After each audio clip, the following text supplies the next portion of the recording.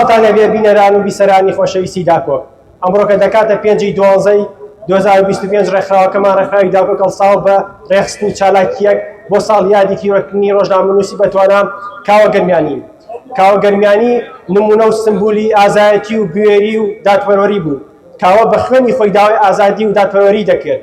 ئێوە ڕاستە کاوەتان شەهید کرد، بەڵام کاوە لە دڵی ڕۆژنامەنووسان و ئازادی خوازانە هەرگیز شەهید نەبوو و نەکوژراوە. لێرەوە ئەمڕۆ لەگەڵ هاوکارمە سارار واحید سابی هەڵدەستین بە وەرگرتنی ڕاوبۆچنی ئامادەوان و بەشداربووان سەبارەت بە ساڵیادی تیرۆرکردنی ڕۆژنامەنووس کاوە گەرمیانی. ئەم چالاکوانەیە کە بۆ سێم ساڵە لەسەرێک بەشداری ئەم چالاکیە دەکات و هەڵدەستێ بە بەرزڕاکردنی یادی کاوە گەرمیانی. ئەمەوێ لێرەوە دووبارە لەم چالاکوانە بپرسم هۆکاری بەردەوام بەشداریکردن لەم یادەدا چییە و تا چەند گرنگە چالاکوانان لەم جۆرە یادانە بەشداری بکەن.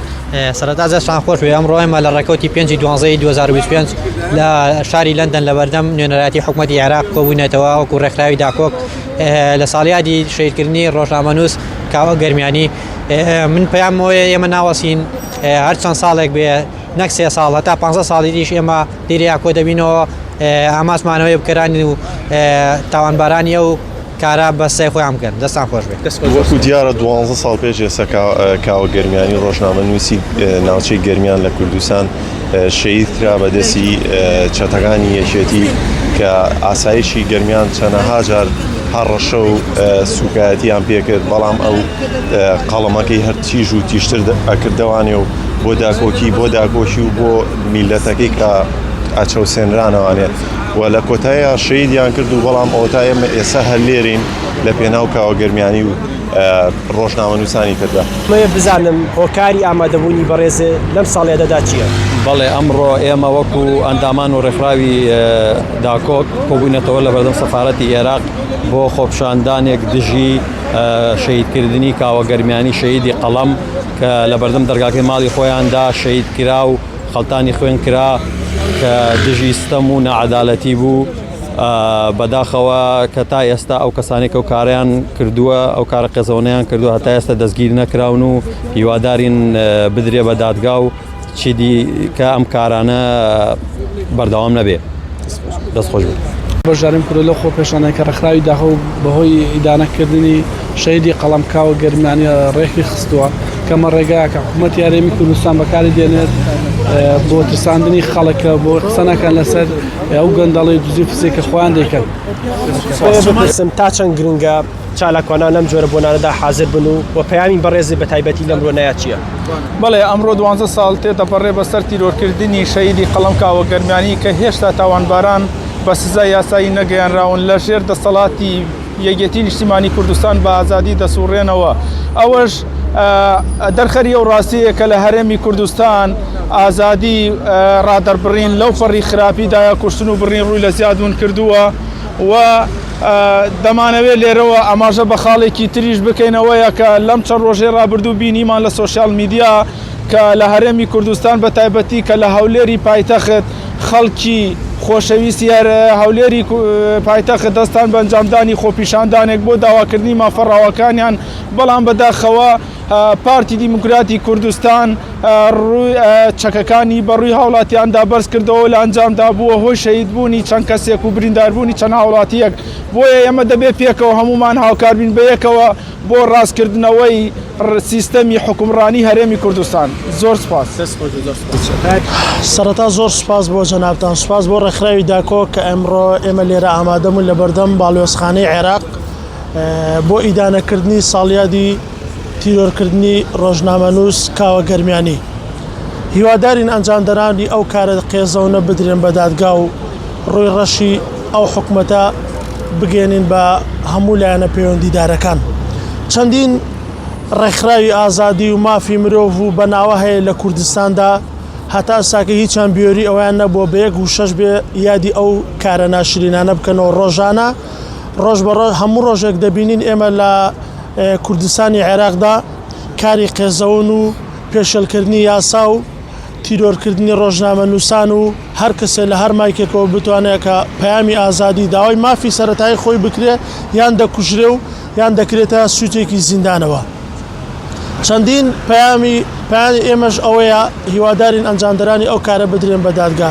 چەندین میدیای زەبەلاح و مایکی زەبەلاح هەیە لە وڵاتەیە هیچیان بیۆری ئەویان نییە بتوانن بەیەک و شەش باسی ئەو کارە قێزەونە بکەن. هەموو میدیاکانی کوردستان بە هەمویانەوە بە دەسەڵات و بە ئۆپۆزیسیۆنەوە هیچی بیۆری ئەو مایکەیان نییە، بەقەدەوە غیرەت و بیۆریتان نییە گوشەیەک حەق بڵێ. زۆر سپاس بە هەموو کە چالاکوانان لەم بۆ نایە ئامادە بن. سەرەتا سڵام چالاکەوە بکردەمی ڕخراوی داکۆک گرنگی ئەم بۆ نانە بەڕاستی گرنگێکی زۆری هەیە لەو ڕێگەی ئەومە دەتوانین بە هەموو جیهان بگەێنین کە لە کوردستان ئازادی ڕادڕۆن بوونی نیە و مافەکانی ورە بوونی نیە و لەم ڕێگەیەوە بە هەموو جیهان دەڵێن کە یەکێتی پارتی بکوژی ڕۆژنامەنووسان و چالاکوانان و ڕەخراگرانن و لەم یادەدا ئەمە دووپات یەکەنەوە لە یادی شەیدی کاوەگەرمانیدا کە بەردەوام دەبین لەوکوتنی ڕاستیەکان و سوورین لەسەرەوەی کە پێویستە بکوژانی کاوەگەرمانی بدرێن بە دادگا و دڵنیایی دەدەین کە ڕۆژێک دێ یەکێتی پارتی و سەرانی یەکێتی و پارتی ئەوانەی کە ڕۆڵان هەیە لە ترساندن و تۆقانی خەڵک و لە تیرۆرکردنی خەڵک دەدرێن بە دادگا و ڕێگە نادینە حەقیان لێ بەسەرەوە بچێکە بەسەر ئەو میلیتان داهێناوە. زۆر سپاس. پەیامی ئەمڕۆی بەڕێزێک چییە لەم یادەدا؟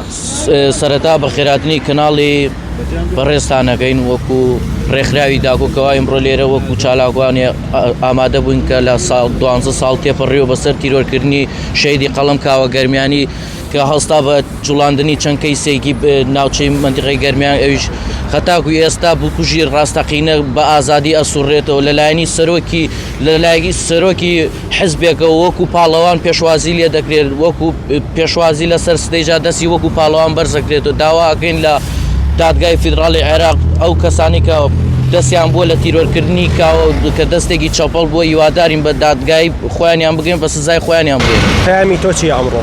ئەمڕۆ گەندامانی ڕێکخراوی داکۆک لەبەرەوە سەفارەتی عێراق لە لەندەن کۆبوونەوە وەک دژی تیرۆکردنی شەید کاوەگەرمیانی شەیدی قەڵەم کە 12 ساڵ لەمەوە پێش تیرۆر کرا لەلایەن چەتەکانی دەسەڵاتی یەکێتی پارتیەوە یەکێتی پارتیەوە کە تیرۆر کراوە کە دەسەڵات هێشتاش بەردەوامە لە تیرۆرکردنی ڕۆژنامەنووسان و ئەو کەسانی کە بە ئازادی ڕای دەردەبرن و دژیان دەوەستنەوە. ئێمە گەندامانی ڕێکخراوی داکۆک ئیدانەی ئەم تیرۆرکردنەکەین و دڵنیا بێ کە هەر یەکێکمان دەبینە کاوەگەرمیانیەک لیان و تا کۆتاییان بە دەسەڵاتی دێنێ کە ساڵیادی ڕۆژنامەنووس کاوەگەرمیانی کە لەم ڕۆژدا یادیەکەینەوە کە لە بەردەم ماڵەکەی خۆیان تیرۆر کراوە و شەید کراوە کەسیش نازانێت بکەری کوژی ئەو کەسانە کە کوشتیوانە هەڵهاڵێ بپرسم هۆکاری هاتنی تۆ بۆم شوێنە چییە و تا چەند گرنگە ڕەوەندی کوردی و چالاکوانان بەشداری لەم جۆرە بۆ ساڵیادانە بکەن. بەداخۆ ئەمڕۆ 12 ساڵ تێپەڕ دەبێت بەسەر شەیدکردنی ڕۆژنامەنووس کاوەگەرمیانی کاوەیەکێک بوو لە ڕۆژنامەنووسە بوێرانەی کە بەردەوام پەنجەی خستۆتە سەر برینەکانی گەلەکەمان و بە بەردەوام دژی ستەم و نادادی بووە وەگڕون و ئاشکرا لای هەمووان کە بکەرانی ئەو تاوانە قێزەونە چێ بوون و بە هۆکاری دەستگیرنەکردنیان تا ئێستا چیە ئەویشەوەیە کە بکەرانی ئەو تاوانە لە لووتکەی دەسەڵاتدان و ئێمەش ئەمڕۆ وەک ئەندامان و چالاکوانانی ڕێکخراوی داکۆک لێرە کۆبوونێتەوە بۆ بەرز ڕاگررتنی ئەو ساڵیادا و دووپاتی دەکەینەوە و دنیایان دەکەینەوە کە ئەو ڕێوازە بەردەوام دەبین. زۆر سپاس دەستی تۆ خۆش. پاولێ بێ ئەمە ئەمڕۆ بزانم پەیامی جەنابتان چییە لە ساڵیادی تیرۆرکردنی ڕۆژنامەنووس کاوەگەرمیانیدا. سڵاو لە ئێوەش دەستان خۆش بێت. من وەکو چالاکوانی ڕێکخراوی داکۆک ئەمڕۆ لە بەردەم سەفارەتی عێراق لە شاری لەندەن کۆبووینەوانەی بۆ 12مین ساڵیادی شەیدی قەڵەم کاوەگەرمیانی کە لە بەردەم ماڵەکەی خۆیدا تیرۆر کرا لەلایەن دەسەڵاتداران یەکێتیەوە. هیوادارم کوژانی ئەو کارە ساتە قێزەونا بدرێنە دادگا. زۆر سپاس. ئەمڕۆ جەنابێکی پەیامێکی دەتەوێت چی پەیامێ بگەێنیت؟ بەڵێ ئەمڕۆ بە خۆشحاڵی و بە هەستێکی نیشتیمانیەوە هاتووم وەکو ئەندامێکی داکۆک بەشدار بم لە 12مین ساڵیادی تیرۆرکردنی شەیدی قەڵەم شەید کاوەگەرمیانی کە بە ڕۆژی ڕووناک لە باوشی دایکە تیرۆر کرا و خەڵتانی خوێن کرا. لێرەوە ئەمانەوێت پەیامێک بەگوێی هەردوو پارتی دەسەڵاتدار بدەین کە درێژە پێدەری ڕێگای ڕێبازەکەی کاوە دەبین و داواکارین کە بکوژانی بدرێن بە دادگا. ئەمڕۆ دەمەوێت بپرسم تا چەند ڕەوەندی کوردی و چالاکوانان گرنگە ئامادەبوونیان لەم جۆرە بۆنە و یادانەدا کە ساڕۆژی تیرۆرکردنی ڕۆژنامەنووس کاوەگەرمیانیە. بەڵێ دەستان خۆش بە زۆر بەخێر بێن بە جددی ڕەوەندی کوردی لێرە زۆر گرنگە دەنگۆیان هەبێت لە هەموو نەکاربەریتانە لە هەموو ئەوروپا. ئێمەشکەوەکو بە ئەندامانی ڕێکخراوی داکۆک هاتوین بۆ وەرگرتنەوە ئەنجام داوە دژایەتی کردنی حیزبی دەسەڵات یەکێتی و پارتی کە هەموو ڕۆژێک نەک تەنها کاوەگەرمیانیان شەهید کردوە تا ئێستا کە 8 ساڵی تێپەڕی بەسەر کاوەگەرمیانیدا ئەو 12 ساڵ تێپەڕی ببوورەوە سەر کاوە گەرمیانیدا هەموو ڕۆژێک شەهیدێکی قەڵەم دەکوژن لە کوردستان. ئێمە هاتوین کە ئەو کارە قێزەونانەی ئەوان بناسین بە هەموو جیهان. ئەگەر ئەوان کاوە گەرمیانیان کوژ و شەیدیان کرد ئێمە هەمومان لێرە دەبین بە کاوە گەرمیانیەک و بە گڕوتوینێکی زیاتر و جیهاتیان دەکەین. دەستان خۆش بێ و خێراتن. دەستخۆشەکەمی جەنابەت چیە لێرە؟ وەڵام منەوە ڕۆکۆک ڕێکخراوی داکۆک لێرانە کۆبوومەتەوە لە بەردەم سەفارەتی عێراقی لە شاری لەندەن مەبەستی یادکردنەوەی ساڵیادی 12مین ساڵیادی تیرۆرکردنی کاوە گەرمیانی کە بەداخەوە بە شێوازێکی درەندانە لە باوەشی دایکیدا تیرۆر کرا و هیوادارم کە بکەرانی ئەم کارە خێزەونە بدرێ بە دادگا و سزای خوان وەربگرن.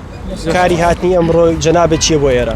زۆر سپاس بۆیەوە ئەڤورکە لە ڕێکەفتی 5/12/2025 ئەش ژوەکی ئەندۆمێک ڕێکخراو دەگوکدا دەگەل ئەوان هەمی برادەران پشکدار بووم کوچبەر کوژبەری 12 ساڵان لە ساڵی 2013 شەهید کەوە گەرمیانی شەهید کرا و لە بەردەم ماڵەکەی خۆیدا و هەر وەساحەتان کە ئەو کەسانە و ئەو بکرانە تا ئێستا لە هەرێمی کوردستان ئازادن و دەستگیری نەکراون ئەوەش ڕامانی وێ دەدات و هیچ ڕەنگێکی دەستهەڵات لە هەرێمی کوردستانێ هاوکاری نینە بووە هەر شتێکی وا خەڵاتم کرد.